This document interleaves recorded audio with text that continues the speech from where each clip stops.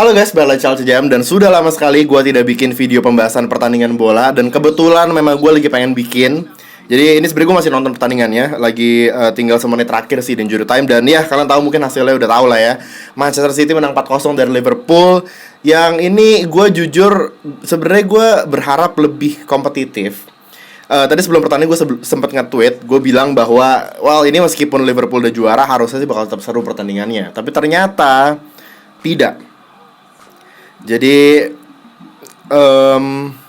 BTW bentar. Ini di laptop gue Google udah bilang 5-0, tapi di Mola TV gue nonton masih 4-0. Oke, berarti bakal ada gol lagi bentar lagi nih. Sabar, gue pengen liat golnya nih. Gila, 5-0 loh.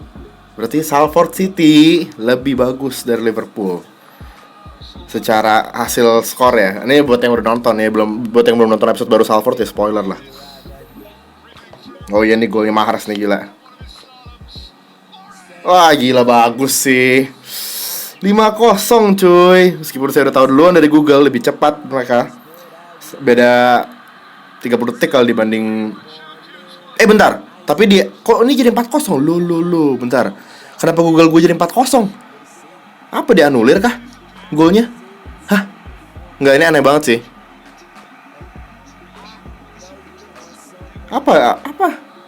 Apa sih? Ya nggak tahu lah gue. Bentar lagi mungkin muncul nih. Tapi nggak ada offside, nggak ada apa kayaknya. Harusnya nggak offside sih. Oke, mungkin Google-nya error, gue nggak ngerti. Tapi intinya 5-0. Jadi ini, oh iya, ada VAR. Handball, siapa handball? Oh iya, berarti Google lagi-lagi bener ya, dianulir golnya. Ini di Mola masih, iya. Oke, jadi 4-0 ya. Sayang sekali, kalau nggak gila 5-0 sih parah sih Pak menurut gue. Dan ya baru full time, jadi sudah full time 4-0. Liverpool juara Premier League, baru aja dinobatkan jadi juara atau memastikan juara beberapa hari lalu, dibantai sama Manchester City.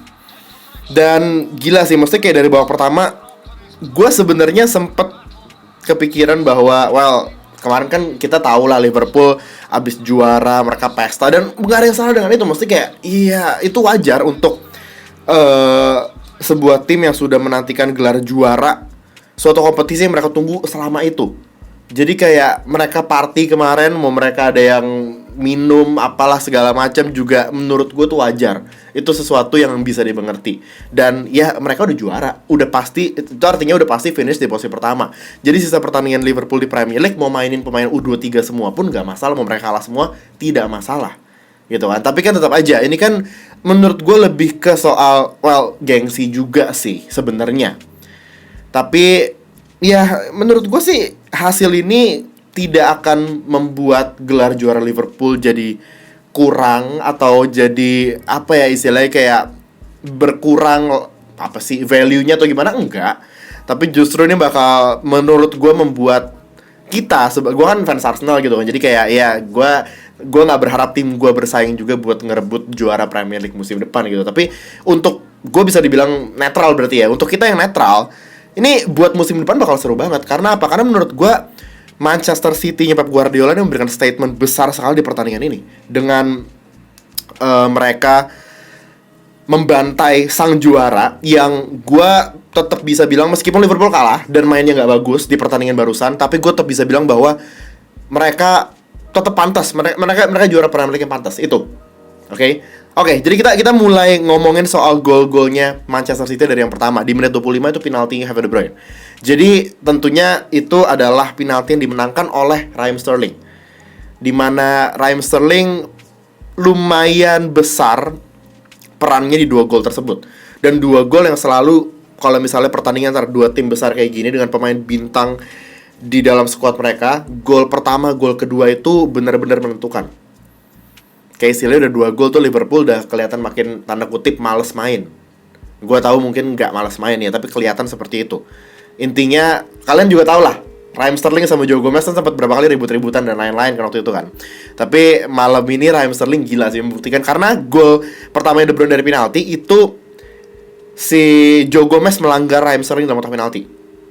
Satu. Yang kedua, gol Raheem Sterling, dia nyetak gol sendiri di menit 35, gol kedua City. Itu dia ngolongin Joe Gomez saat dia nendang dan boleh masuk gawang. Dan gol ketiga, wah gila, enggak. Kita perlu ngomongin soal Phil Foden, pemain muda yang dimainkan sama Pep Guardiola. Dia kan pakai formasi 4-3-3 kan. Jadi kayak si Gabjes seperti biasa di tengah, Sterling di kiri, terus Foden dimainin di kanan. Biasa Bernardo Silva di situ kan. Dia menurut gua nggak bener-bener out and out winger sih. Maksudnya kayak gua nggak ngelihat dia bener-bener oke, dia sekali ada di posisi itu, tapi menurut gua memang dia diplot sebagai pemain yang akan free roam. Jadi kayak makanya itu bisa kita lihat terciptanya gol ketiga, gol Foden di pertandingan pertandingan tadi. Itu keren banget menurut gua. Dia, ada yang bilang dia kan kayak julukannya apa sih? Apa Messi gitu lah, pokoknya dari daerah asal dia gitu kan. Nggak salah sih, karena bener-bener dia tuh dari... Nih, kalian nonton deh, gol ketiganya City itu tuh proses terjadinya gol tuh gila banget. Yang paling kita lihat mungkin one-two-nya Phil Foden sama si Kevin De Bruyne kan. Asisnya bagus banget itu. Tapi menurut gua, pergerakannya Foden tuh dari mulai awareness-nya dia, kecepatan dia buat ngambil keputusan, passing kemana, one-two gerak kemana, dan finishingnya itu semuanya perfect. 10 dari 10 itu. Jadi ini kita ngelihat ada pemain yang kita tahu lah nama-nama kayak Kevin De Bruyne bagus, terus kayak Gabjes, Sterling, Laporte, Rodri, kita tahu mereka bagus. Tapi Foden ini pemain yang mungkin bakal jadi masa depannya City. Kalau City bisa mempertahankan dia, karena sebenarnya City udah melakukan kesalahan dengan ngelepas Jadon Sancho kan waktu itu kan. Sancho kan mantan main muda City. Tapi Foden ini gila sekali, dan yang gue suka dari dia juga sampai akhir pertandingan bahkan gue ngelihat dia tuh bener-bener pemain yang mungkin karena masih muda dan staminanya bener-bener masih bugar banget. Dia tuh naik turun terus beberapa kali, bahkan dia ada di posisi fullback, dia bener-bener ngejaga flanknya segala macam, dan dia ngerebut bola sampai ke belakang dan bener-bener ngerebut kena gitu loh. Bukannya kayak striker yang nggak bisa defense dan melakukan pelanggaran nggak penting, enggak. Dia bener-bener tahu caranya defense dan dia melakukan itu dengan sangat baik. Jadi Foden ini menurut gue potensinya luar biasa sih. Dan kayak penampilan tadi bikin, kalau gue jadi Pep pusing sih, jujur. Karena ya mereka punya Mahrez, mereka punya Bernardo Silva bisa main di situ. Tapi Foden ini menurut gue spesial, dan memang dia bukan seorang winger murni. Jadi mainin dia di belakang striker, mungkin duet sama KDB adalah keputusan yang paling tepat. Ya meskipun tadi 4-3-3, kelihatannya gue sih lebih ngeliat ke 4-2-2-2 sih. Kayak Rodri sama Gundogan juga itu gelandang holding midfielder yang bagus banget tadi, membuat Kevin De Bruyne jadi bener-bener udah gak usah ngeliat ke belakang lagi, udah gak usah pedulin tugas defense lagi, dia udah fokus aja ngalirin bola ke depan. Dan ya kalau KDB mah gak usah dibahas, dia passing-passingnya beberapa kali magical banget, meskipun ada beberapa yang offside ya itu. Tapi gila sih, gue tuh bener-bener kayak kalau nonton kan gue kadang-kadang suka, mungkin keseringan main FIFA gitu. Jadi kalau misalnya gue lagi nonton bola, gue kadang-kadang tuh suka, di otak gue tuh mikir sendiri, kayak ini abis ini passing kemana gitu loh. Karena keseringan main FIFA kan kalau main FIFA kan gue harus mikir mau passing kemana gitu. Jadi tuh kadang-kadang gue suka pas lagi, contohnya kayak dia lagi pegang bola di tengah, secara nggak sadar otak gue mikir kayak ini passing ke sini nih anak nih. Tiba-tiba dia passing ke tempat yang gue nggak kepikiran, tapi dapat gitu loh. Maksudnya kayak nggak ada di otak gue kepikiran bisa ke situ passingnya, dan bisa dapat aja pemain yang bahkan di layar nggak kelihatan gitu loh. Itu menurut gue keren banget sih, bener-bener permainan dia tadi pecah. Terus gol harusnya jadi gol keduanya Sterling ya. Sebenarnya prosesnya mirip gol pertama. Cara dia ngegocek juga, dia tuh kayak nerima bola terus dia berhentiin ganti arah. Itu tipikal Sterling banget. Sayangnya gue nggak tahu jujur tuh sebenarnya tendangan Sterling itu on target atau enggak, tapi jadi own goalnya Oxlade-Chamberlain.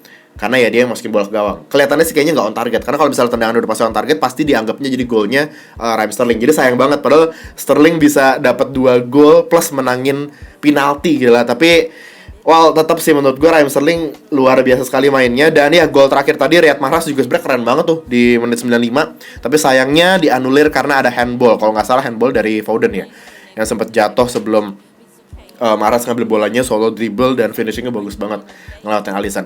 Ya jadi overall City ya seperti City yang kita tahu yang sangat mengerikan. Anyway, Eric Garcia juga center back muda yang sangat berpotensi ya, luar biasa.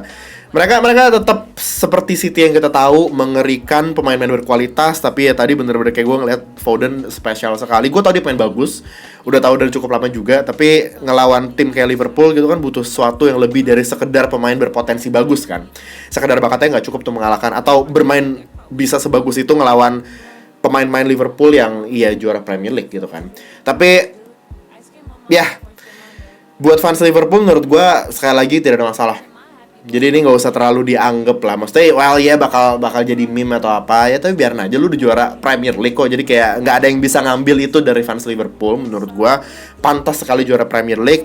Dan Manchester City sendiri menurut gue musim ini juga memang mereka udah nggak bisa juara Premier League, tapi mereka masih punya UCL, mereka masih punya FA Cup. Ngomong-ngomong soal FA Cup, saya berharap City tidak semengerikan tadi mainnya, karena di semifinal FA Cup ketemunya Arsenal.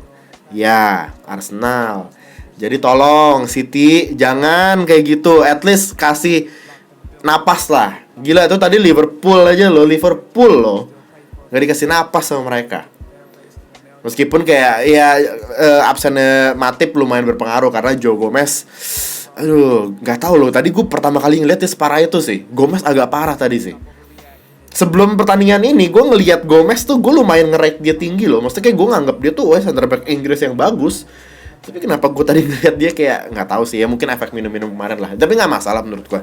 Itu wajar lah, itu hal yang pantas dilakukan oleh tim yang baru juara gitu ya. Jadi ya kayaknya itu aja sih. Gue memang pengen bikin video karena emang gue cukup kangen ngomong-ngomong aja, tidak ada data, tidak ada apa-apa. Mungkin gue akan coba lebih sering, gue gak mau janji, tapi gue mungkin akan coba lebih sering ya ngomong aja. Mesti kayak gak perlu data, gak perlu statistik. Kalau lagi ada pertandingan, gue habis nonton, menurut gue pengen ngomong, gue ngomong aja. Bahkan kemarin pertandingan Arsenal pun gue gak ada yang gue bahas kan, karena gue malas aja sebenarnya. Kayak ya udahlah, ntar mungkin kalau ada sesuatu bisa gue bahas. Tapi ini menurut gue udah mulai masuk ke tahap yang seru di sepak bola Eropa, karena ini transfer makin gila. Jadi mungkin gue bakal bikin video soal transfer.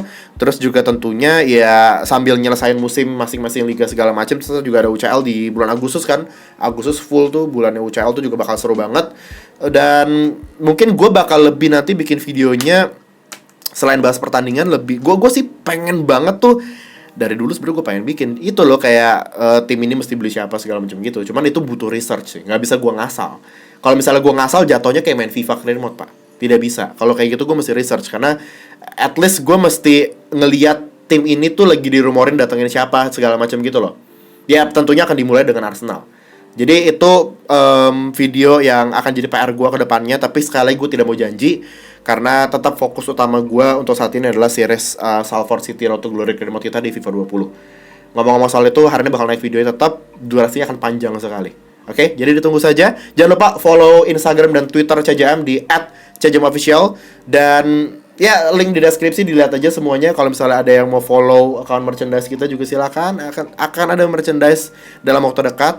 Ditunggu saja. Terus ya pokoknya seperti biasa, kalau misalnya update apapun, yang paling cepat gue update biasanya itu di Twitter.